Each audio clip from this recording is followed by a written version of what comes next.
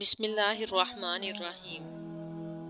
برداشت کے کانوں سے سنو، رحم کی آنکھوں سے دیکھو اور محبت کی زبان سے بات کرو۔ نبی کریم صلی اللہ علیہ وسلم نے فرمایا کہ جب میرے دل پر غبار سا چھا جاتا ہے تو میں اس کیفیت کے ازالے کے لیے ایک دن میں 100 بار اللہ سے استغفار کرتا ہوں۔ لوگوں کے خدا سے رابطے کے طریقے پر انہیں مت پرکھو۔ ہر کسی کی عبادت کا اپنا طریقہ ہے۔ خدا ہمارے الفاظ نہیں دیکھتا بلکہ ہمارے دلوں کی گہرائی میں جھانکتا ہے۔ نبی کریم صلی اللہ علیہ وسلم نے ارشاد فرمایا کہ رات کا کھانا مت ترک کرو، اگرچہ اس کی مقدار ایک مٹھی کھجور ہو، اس لیے کہ رات کا کھانا نہ کھانے سے بڑھاپا آتا ہے۔ نبی کریم صلی اللہ علیہ وسلم نے فرمایا کہ جو کوئی بندہ اللہ سے دعا کر کے مانگتا ہے، اللہ اسے یا اس کی مانگی ہوئی چیز دے دیتا ہے، یا اس دعا کے نتیجے میں اس دعا کی مثل اس پر آئی ہوئی مصیبت دور کر دیتا ہے، جب تک اس نے کسی گناہ یا قطع رحمی یعنی رشتہ ناتا توڑنے کی دعا نہ کی ہو۔ مولانا روبی فرماتے ہیں، موم بتی کی طرح جلنا آسان نہیں ہے، دوسروں کو روشنی دینے کے لیے خود جلنا پڑتا ہے۔ غور و فکر کرو اور خود کو مکمل بنانے کی کوشش کرو تاکہ دوسروں کا کمال تمہیں غمگین نہ کرے۔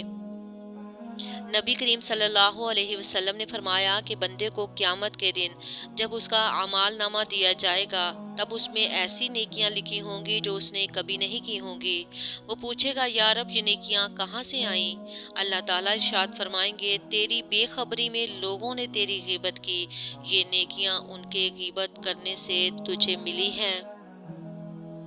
اپنے حصے کا کام کیے بغیر دعا پر بھروسہ کرنا حماقت ہے، اور اپنی محنت پر بھروسہ کر کے دعا سے گریز کرنا تکبر ہے۔ نبی کریم صلی اللہ علیہ وسلم کا ارشاد ہے کہ ہر عمل کے لیے اللہ تعالیٰ کے یہاں پہنچنے کے لیے درمیان میں حجاب ہوتا ہے، مگر لا الہ الا اللہ اور باپ کی دعا بیٹے کے لیے دونوں کے درمیان کوئی حجاب نہیں۔ ہمیشہ کے لیے کچھ بھی نہیں ہوتا۔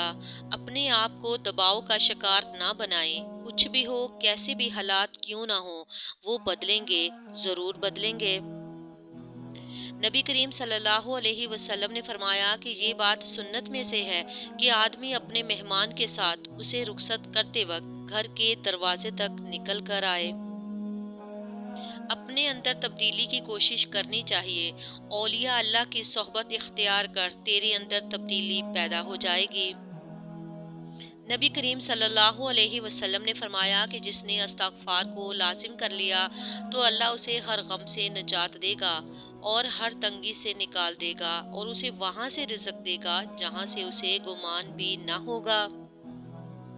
کسی نے مولانا رومی سے پوچھا، میرا دل تو بہت چھوٹا ہے اور دنیا کا غم بہت بڑا ہے، اسے میں اپنے دل میں کیسے سما سکتا ہوں؟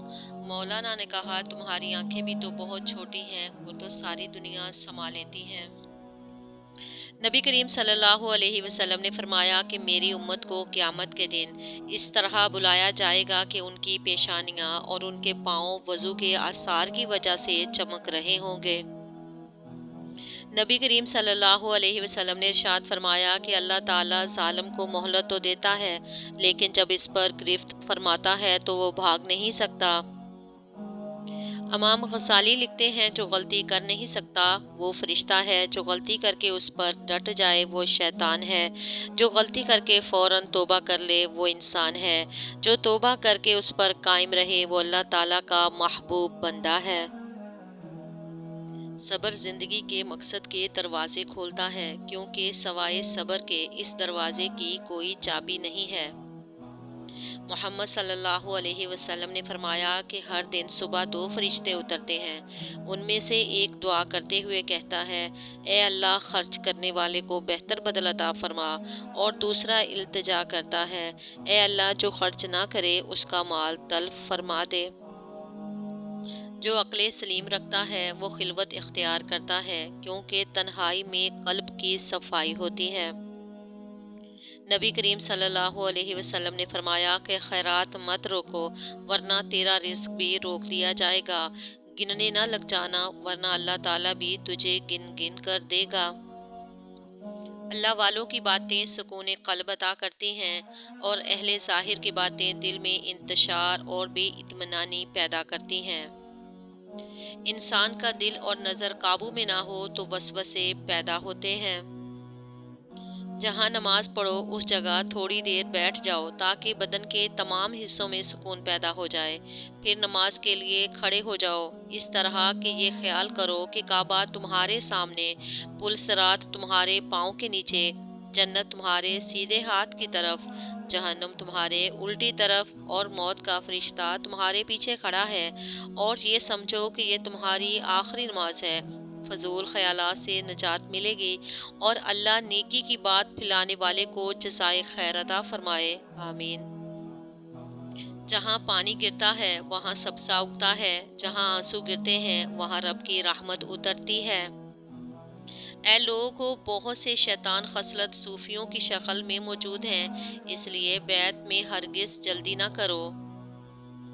تمہاری پریشانیاں تمہاری بے ادبی اور ناشکری سے جڑی ہوئی ہیں۔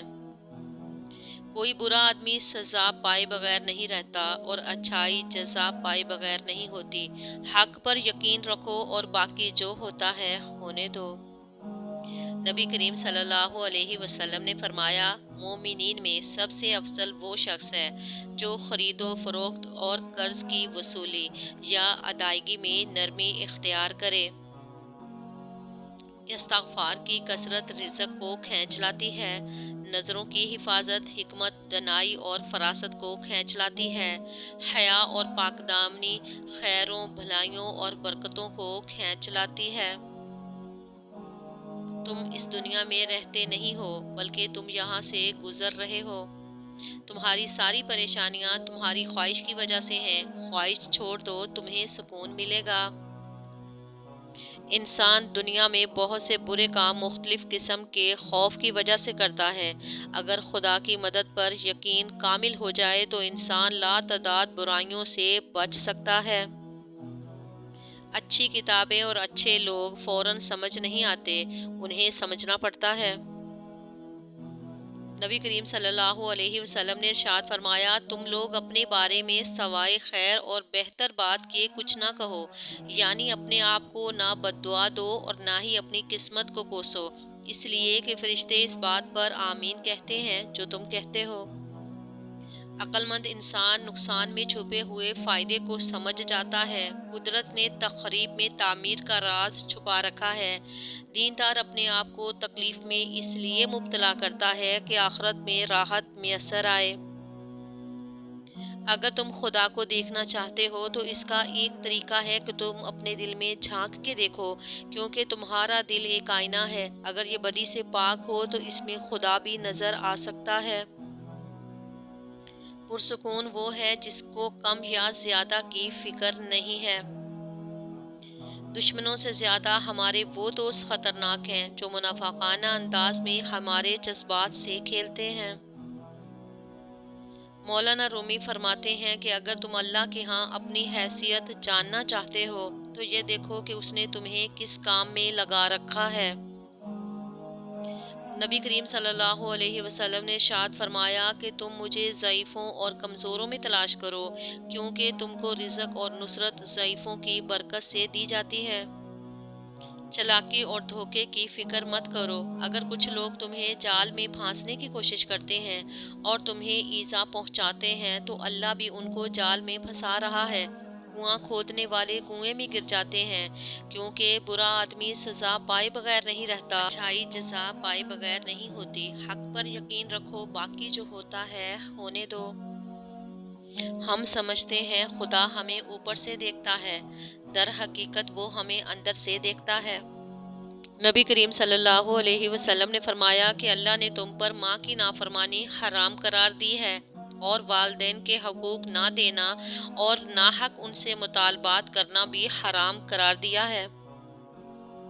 محبت تو یہ ہے کہ جب خدا کہتا ہے میں نے سب کچھ تیرے لیے پیدا کیا اور تم کہتے ہو میں نے تیرے لیے سب کچھ چھوڑ دیا۔ گفتگو سے سمجھ بوجھ میں اضافہ ہوتا ہے، لیکن تنہائی وہ مدرسہ ہے جہاں عظیم ذہن جنم لیتے ہیں۔ 1000 قابل انسان مر جانے سے اتنا نقصان نہیں ہوتا جتنا ایک احمق کے صاحب اختیار ہونے سے ہوتا ہے۔ اگر آنکھ کی بینائی ختم ہو جائے تو انسان رات اور دن میں فرق نہیں کر سکتا، اسی طرح اگر انسان دل کا اندھا ہو جائے تو وہ حق اور باطل میں فرق نہیں کر سکتا۔ اپنے راز کو اپنے دل میں رکھو، اس سے تم بھی سکون میں رہو گے اور تمہارا راز بھی محفوظ رہے گا۔ جہاں دماغ کو صرف حدیں نظر آتی ہیں، محبت وہاں بھی چھپا ہوا راستہ دکھا دیتی ہے۔